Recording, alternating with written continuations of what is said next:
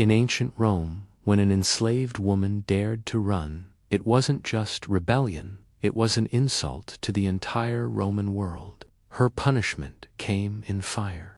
A red-hot iron was pressed to her skin, usually her forehead, leaving behind a permanent brand. She was now a fugitiva, a runaway. This wasn't about symbolism. It was about pain, humiliation, and total control. The scarafin, marked with FVG, or full phrases like tenio te, fugitive, made her status public and inescapable. She became a walking warning, a spectacle, meant to crush the will of others who might dream of escape. These women weren't just seen as slaves, they were treated as damaged, corrupted property, marked forever. No disguise could save them. The iron had already spoken. Branding was often done in public, with jeering crowds and cruel beatings, turning the punishment into a spectacle. The physical pain, though intense, was often less scarring than the emotional and social damage it had left behind. For women, the price was even heavier. In Rome, a woman's worth was tightly bound to her appearance and modesty. A permanent burn on her face was a sentence to shame and rejection. Sometimes she was held down as the burning iron touched her skin, her body trembling under force. This wasn't an exception, it was the rule. Roman law punished without mercy or gender favor. Yet enslaved women faced a cruel double burden: endless labor, constant violation, and punishments meant to erase not just their strength but their voice. They were displayed in chains at gates, their wounds made visible, a brutal warning to anyone who dared to dream of freedom. For enslaved women who dared to flee, one of the most degrading punishments was to be chained at the front gate, exposed for all to see. This wasn't just punishment, it was theater. In Roman culture, the entrance to a household wasn't just a doorway, it was a symbol of status and control. To be fastened there meant being reduced to part of the building itself, not as a human, but as a warning.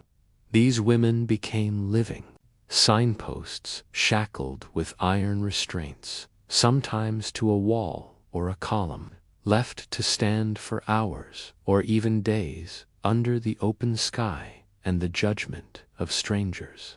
The location made sure no one could miss them.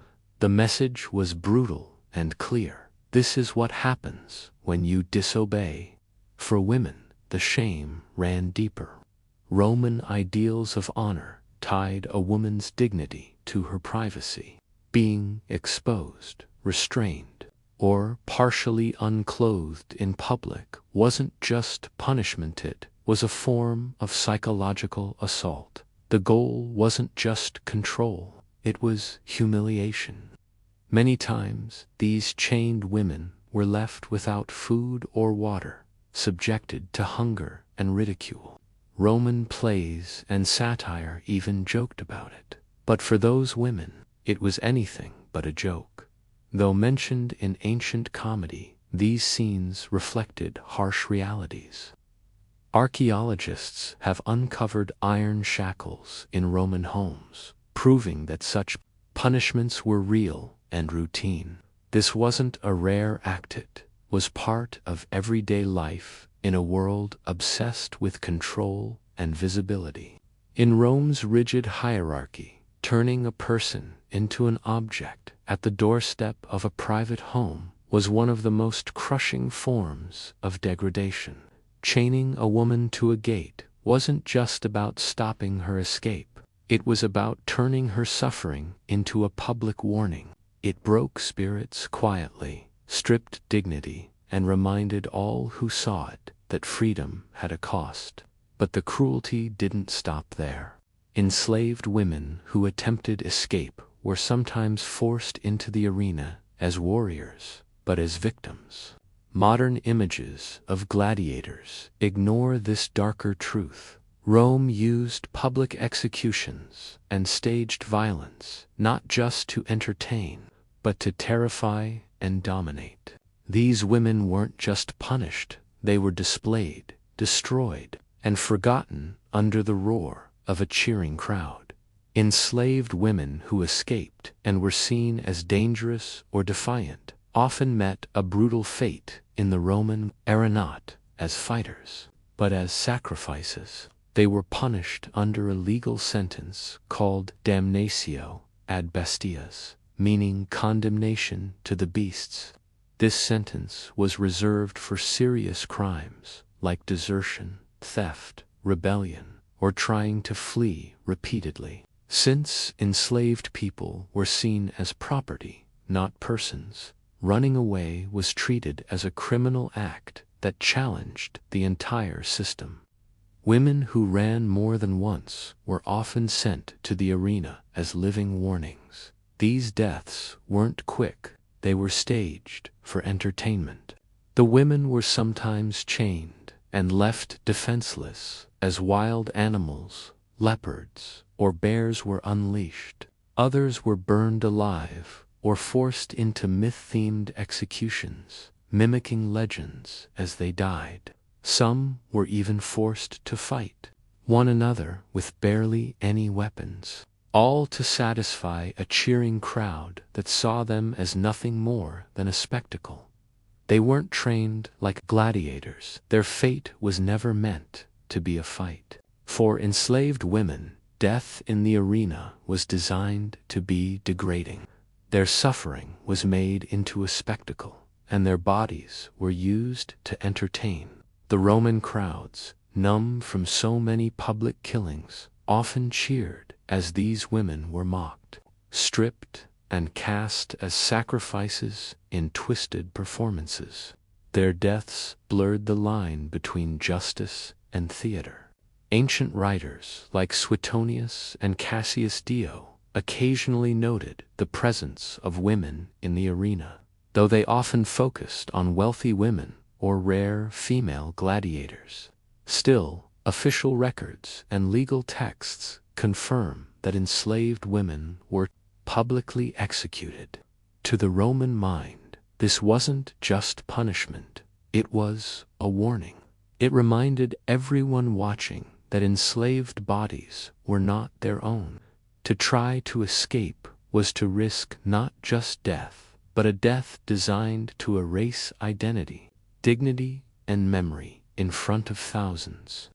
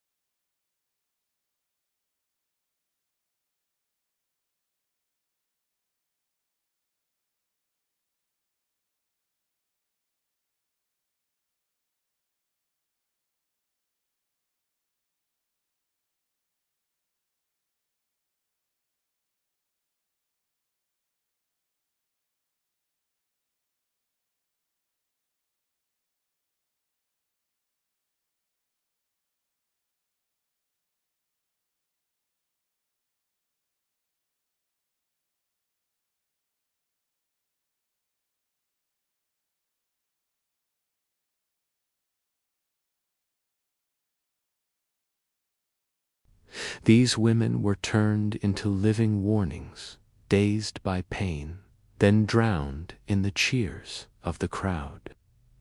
In ancient Rome, the whip was more than a weapon, it was a mark of control, a way to crush the will. For enslaved women who tried to escape, whipping was one of the most common and vicious punishments. It wasn't just about penance, was about destroying defiance so completely that no trace of it remained. Roman law gave enslavers total control over a slave's body.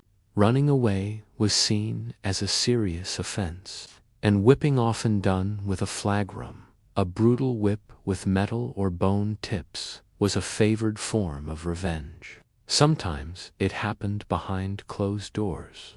Other times it was public, where the woman's screams became part of the punishment. There were no limits, no judge, no court, no mercy. Roman law allowed the enslaver to punish as severely as they wished. In real terms, that meant beatings, without end, especially if the escape brought shame or loss to the household. For enslaved women, punishment often went beyond. Penance was crafted to destroy identity. It wasn't enough to hurt them. They had to be broken publicly, turned into symbols of what happened when a woman disobeyed. After being whipped, a woman might collapse, her clothes ripped and blood-soaked, then left on display in full view of others. Sometimes it was in the household courtyard, other times in markets or workshops, where other enslaved people would pass by and see her suffering. The message was clear. This is what resistance brings. Whipping wasn't just allowed, it was expected. A woman who tried to escape wasn't seen as a rebel. She was viewed as a threat to the order of the home. Her punishment had to restore control. In Roman poetry and satire, casual mentions of beatings appear over and over. This wasn't shocking to them. It was normalized, woven into daily life, and accepted without question, a brutal fact of being enslaved in a world that never saw you as human, though written as satire or fiction. These ancient texts reflect a world where brutality was routine and punishment layered. Whipping was sometimes only the beginning. It could be followed by branding, chaining, or brutal forced labor. The whip wasn't just a punishment. It was the fastest way to assert total dominance. But for some women, worse awaited. Most feared sentences in the Roman world was being sent to the mines. For enslaved women who ran away, it was less a punishment and more a drawn-out death. Forced to labor under horrific conditions, many never came back. Though men were more often sent to quarries and mines, women weren't spared, especially if they ran more than once or embarrassed their masters. The legal term was damnatio in metalem, condemnation to the mines, and it was among the harshest fates the empire offered. This sentence was meant for so-called serious crimes, desertion, theft, rebellion, or, for slaves, the crime of refusing to stay broken. The mines in far provinces like Noricum, Dacia, and Sardinia were infamous for killing slowly with exhaustion, hunger, and poison in the air. The air was thick with choking dust, and there was barely any ventilation. At any moment, the tunnels could collapse. Enslaved laborers worked deep underground, swinging crude tools in narrow shafts, surrounded by poisonous substances like mercury and lead. For women, this nightmare was even worse. They were forced to perform the same brutal tasks as men, dragging heavy stones, breaking rock, and clearing debris. Faced extra dangers. Abuse by guards was constant. There were no laws to protect them, no safety, and no hope of going home. A sentence to the mines was usually a life sentence. Almost no one survived long enough to leave. Most died from exhaustion, starvation, or brutal injuries. Records describe enslaved workers chained together, left in darkness for days at a time, and beaten if they moved too slowly. Even pregnant women were not spared. No mercy, no exception, only endless suffering in the shadows of the empire. Some enslaved women gave birth while trapped in the mines, only to watch their babies die from cold or neglect. Unlike public punishments like whipping or branding, being sent to the mines was a quiet disappearance. it was a punishment meant to erase, not just inflict pain. A woman sentenced there wasn't expected to return.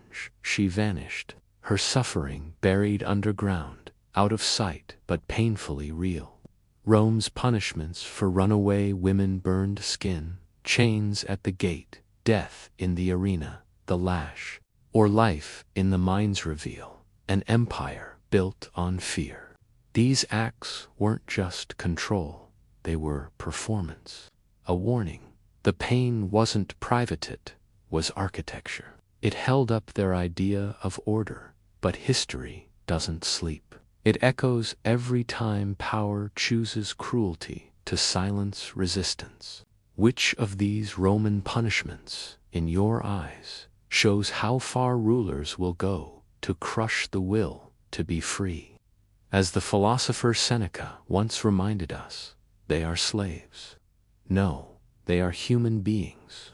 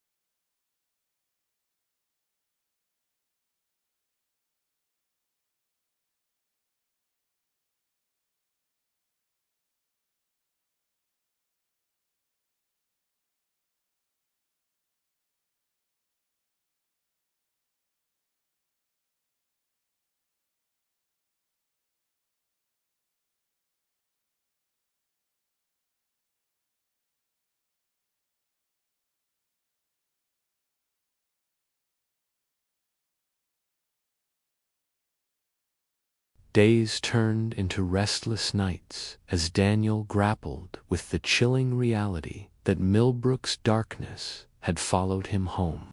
His dreams were invaded by flickering images of shadowed streets and ghostly figures whispering his name.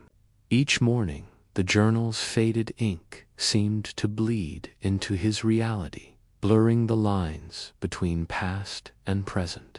Daniel realized the true horror wasn't just the ritual, it was the legacy of fear and power encoded into the very names of Millbrook's streets. These names were more than markers. They were vessels of an ancient force still reaching through time, waiting for the right moment to break free again.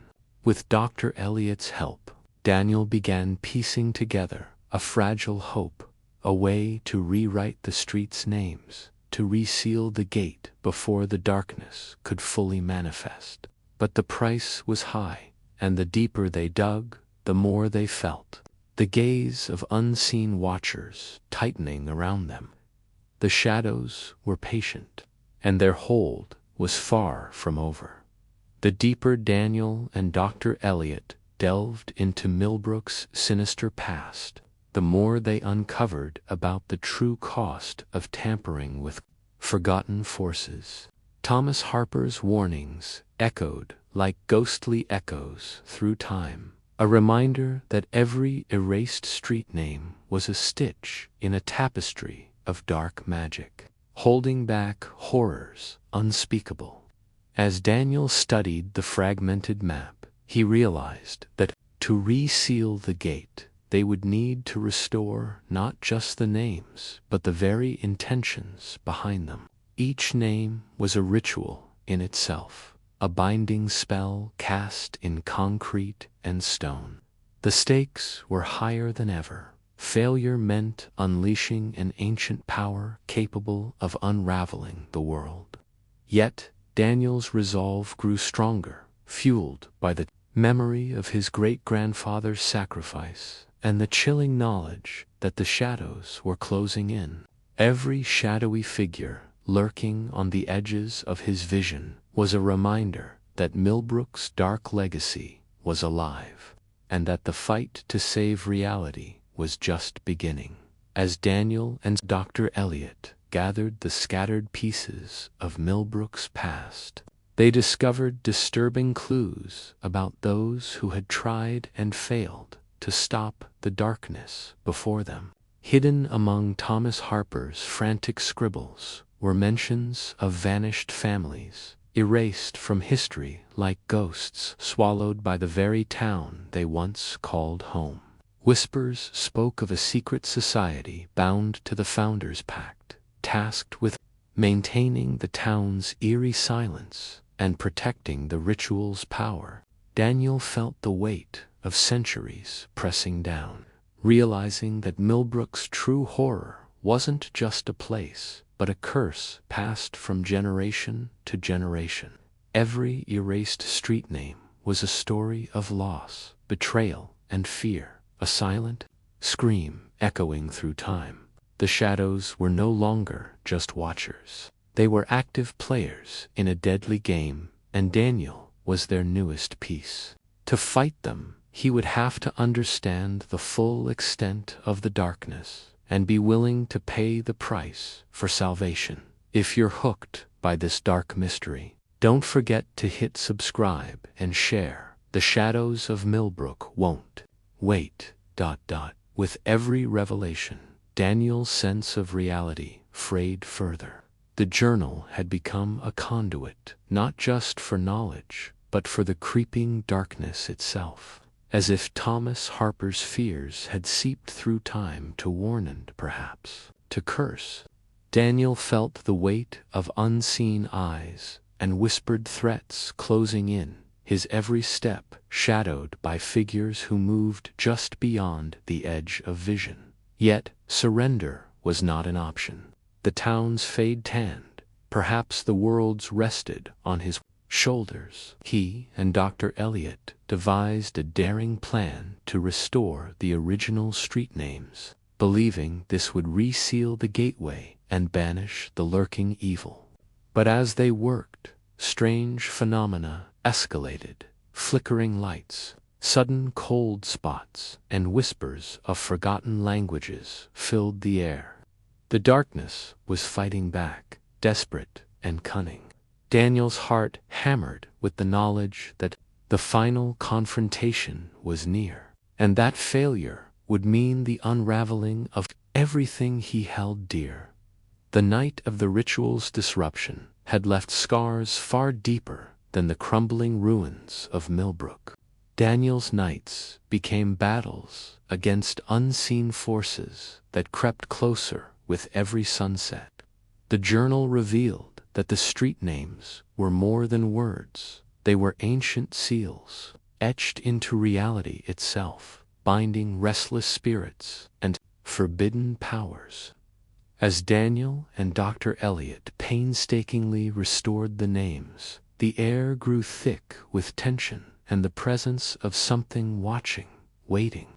Strange symbols began to appear overnight, glowing faintly on broken walls and cracked pavement, reminders that the darkness was never truly gone. Their efforts were a race against time. The town's secret society was still active, determined to see the ritual completed no matter the cost. The boundary between the mundane and the supernatural blurred, and Daniel knew that with every step closer to the truth, the price would only rise. The legacy of Millbrook was a heavy burden, one that threatened to consume his very soul. The deeper Daniel and Dr. Elliot journeyed into Millbrook's cursed past, the more they realized the ritual was only the surface of a far greater nightmare. Thomas Harper's journal spoke of ancient forces and tides, older than time imprisoned, beyond the veil by the very streets of the town. The founder's plan was never just about a single ritual. It was an ongoing war to keep these horrors locked away. As Daniel restored the street names, he felt a sinister resistance of force that clawed at his mind and spirit, seeking to break free through cracks in reality. Dreams turned into nightmares, where shadowy figures whispered secrets he wished to forget, and every creaking floorboard echoed with unseen footsteps. Yet, amidst the fear, a grim determination took hold. Daniel wasn't just fighting for his family's legacy anymore. He was fighting to protect the fragile boundary between worlds, knowing that failure would usher in an age of darkness beyond imagining. The final pages of Thomas Harper's journal were almost illegible, scrawled in desperate haste, as if the writer's hand was guided by unseen forces. Daniel held the journal close, feeling the weight of centuries pressing down on him. The town of Millbrook had been more than a place. It was a battleground where ancient darkness fought to break through and reshape reality itself. The ritual on the summer solstice was but one moment in a centuries-long struggle. Daniel and Dr. Eliot's efforts had bought time, but the lingering presence of shadows and whispers proved the fight was far from over. As the sun set over the ruined streets, Daniel understood that the power held in the names of those vanished streets was a curse and a key, one that could bind or unleash unimaginable horrors. The future was uncertain, the dark entity partially summoned yet uncontained, and the legacy of Millbrook's vanished families, a somber warning etched into the fabric of time. Daniel's journey was a solemn reminder that some secrets are better left buried, but others demand vigilance, lest the shadows rise once again. Daniel's mind was a battlefield where memories clashed with reality, each step into Millbrook's secrets drawing him deeper into the unknown. He discovered that the town's erasure wasn't just physical, but temporal, a manipulation of time, itself designed to bury horrors beneath layers of forgetfulness. Old photographs and faded letters hinted at families who had lived, loved, and vanished, their stories erased by more than just passing years. Daniel realized that the street names were more than mere labels. They were a form of ancient code, a barrier woven through time to hold back creeping darkness. Every name he restored felt like stitching a wound, but also opened fissures that allowed dark whispers to seep through. The struggle between remembering and forgetting became a desperate race as unseen forces stirred, desperate to reclaim what had been lost. Daniel's resolve hardened. He was not just uncovering history, but fighting to keep it from repeating its darkest chapter.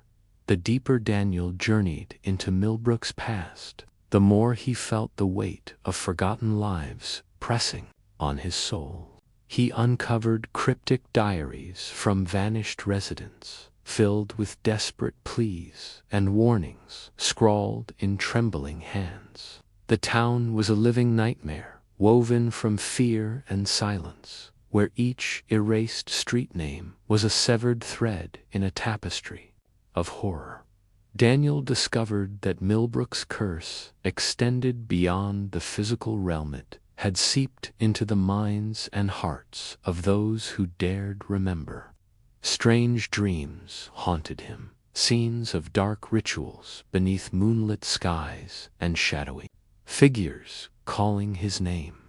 Yet, amidst the growing darkness, Daniel found a flicker of hope, a forgotten ritual of restoration that might repair the broken bonds and seal the gateway forever.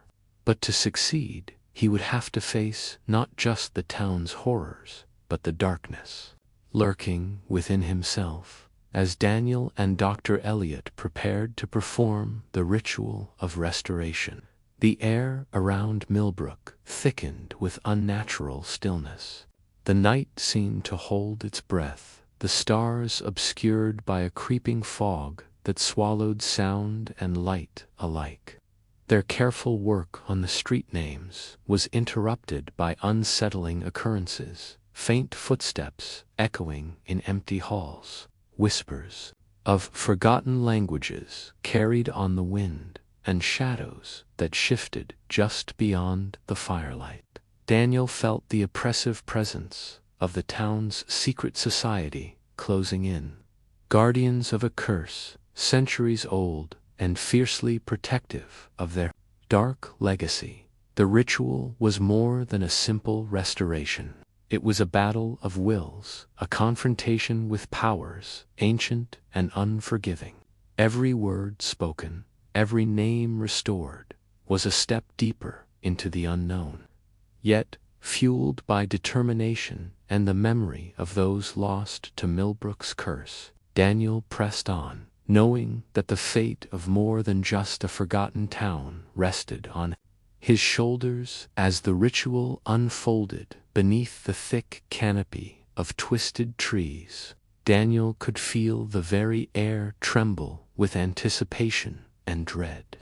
Each restored street name pulsed with an ancient energy, knitting the fractured fabric of reality back together. But the darkness was relentless. Tendrils of shadow slithered through the gaps, seeking to unravel their work and drag the world into chaos. Daniel's thoughts raced, memories of Thomas Harper's warnings echoing in his mind like a desperate prayer. The secret society, now revealed as a cabal of occult zealots, emerged from the mist, their faces obscured by hoods, chanting in unholy tongues to reclaim their dominion. The confrontation was inevitable, a clash of wills and powers, where the fate of not just Millbrook, but the fragile boundary between worlds, hung by a thread. Daniel's heart pounded as he faced down the darkness, knowing that this was the moment when legends end or nightmares begin. The night exploded into chaos as the ritual's balance teetered on the edge of collapse. Shadows twisted and writhed, like living things, clawing at the boundaries Daniel and Dr. Elliot fought desperately to hold. The cabal's chants grew louder, their dark will pushing against the fragile seals restored to the streets. Daniel's hands trembled as he gripped the fragment of the original street sign, their last hope to reinforce the ancient locks. Around them, the world seemed to blur and fracture, the veil between realities thinning, until a cold wind carrying whispers of forgotten horrors swept through the ruins. The ground beneath their feet cracked open, revealing glimpses of the void beyond. In that moment, Daniel understood the terrible truth. This battle was not just for Millbrook, but for the very soul of reality. The final choice was clear: fight the encroaching darkness, or surrender and watch everything dissolve into shadow. In the heart of the chaos, Daniel felt a surge of clarity. The power wasn't just in the street names, but in the belief that bound them. With a voice steady despite the storm around him, he began to recite the ancient words recorded in Thomas's journal, the binding spells hidden beneath layers of ink and time. Each syllable resonated through the ruins, weaving light into the darkness. The shadows recoiled, snarling and twisting as the cabal's grip faltered. The portal flickered violently, struggling to stay open against the renewed power of the restoration. Daniel's resolve shone brighter than ever. This was more than a fight for survival. It was a reclamation of history, memory, and hope. As the last echoes of the ritual faded, the night grew still, the darkness retreating into the cracks from which it came. But Daniel knew better than to believe the nightmare was truly over. Millbrook's shadows were patient, and the story far from finished. In the quiet aftermath, Daniel and Dr. Elliot sifted through the ruins, their bodies weary but their spirits unbroken. The ancient seals were reforged, the street names restored, not just on signs, but in the very fabric of Millbrook's forgotten past. Yet, as they catalogued their victory, subtle signs whispered that the town's curse was not fully broken. Footprints appeared where no one had walked. Faint murmurs echoed through empty streets, and a cold breeze carried the scent of something ancient and watching. Daniel's thoughts drifted back to Thomas Harper's final warnings that Millbrook was a living entity, shaped by the memories and fears of those who dared to remember. The restoration had closed one door, but left many others cracked open, inviting vigilance. As dawn broke over the desolate town, Daniel vowed to remain its guardian, protector against the shadows that refused to fade. Daniel's journey had become more than a quest for answers. It was a battle to reclaim a forgotten legacy and confront the shadows that haunted his bloodline. He realized that Millbrook's story was a warning to all who meddle with forces beyond understanding. As Daniel shared his findings with those willing to listen, he found allies among historians, occult scholars, and even wary locals. Together, they formed a fragile coalition determined to keep watch over Millbrook and prevent the darkness from ever rising again. But Daniel knew the fight was far from over.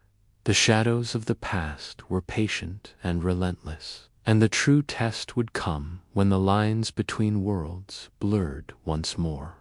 Until then, the legacy of Millbrook lived on, a chilling reminder that some secrets demand eternal vigilance. Despite the fragile peace, unseen forces stirred in the shadows, their patience waning after decades of dormancy. Coalition worked tirelessly to unravel cryptic symbols and decipher arcane texts, but every revelation brought new questions and darker fears. The curse that bound Millbrook was no longer confined to its borders. It was spreading, infecting the very fabric of reality beyond the forgotten town. Daniel's resolve hardened as he prepared for the inevitable, a reckoning that would test not only his courage but the strength of all who dared stand against the encroaching darkness. The shadows of Millbrook were restless, and their story was far from over. In the weeks that followed, Daniel's dreams grew darker, filled with visions of twisted streets and shadowed faces pleading for release. The boundary between sleep and waking blurred as the ancient curse seeped deeper into his mind. His allies noticed his growing wariness, the haunted look that never quite left his eyes. Together, they uncovered a chilling truth: the town's layout was more than a lock. It was a living puzzle, changing and shifting to trap any who dared to unravel its secrets. The night. Daniel understood that Millbrook's curse was not just a force of evil, but a sentient entity fighting to preserve its dominion. The fight was becoming personal. Darkest secrets. The walls were etched with ancient runes, pulsing with a sinister light that seemed to breathe with a life of its own. As Daniel stepped inside, whispers filled the air, voices of those lost to Millbrook's curse reaching out from beyond. The chamber held the original street sign fragments, glowing faintly with the power to either seal or shatter the barrier between worlds. With trembling hands, Daniel prepared to perform the last ritual, one that would either save or doom them all. The weight of generations pressed upon him as shadows writhed and clawed at the edges of reality. The moment of truth had arrived, and the fate of Millbrook hand. Perhaps the world rested on his courage and resolve. As Daniel began the final ritual within the ancient chamber, a surge of energy erupted from the glowing street sign fragments, illuminating the darkness with a fierce, blinding light. The shadows that had haunted Millbrook for generations writhed and screamed, caught between worlds as the ancient seals reasserted their power. Daniel's voice echoed the words passed down through time, weaving a binding spell that sealed the rift and locked away the darkness once more. The chamber trembled, and for a fleeting moment, time itself seemed to pause, a silent acknowledgement of the battle won. But Daniel knew this victory was fragile.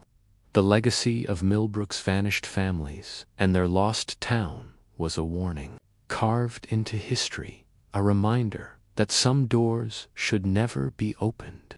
As the light faded and silence settled, Daniel vowed to guard the secrets of Millbrook forever, a sentinel standing watch between worlds, ready should the shadows ever rise.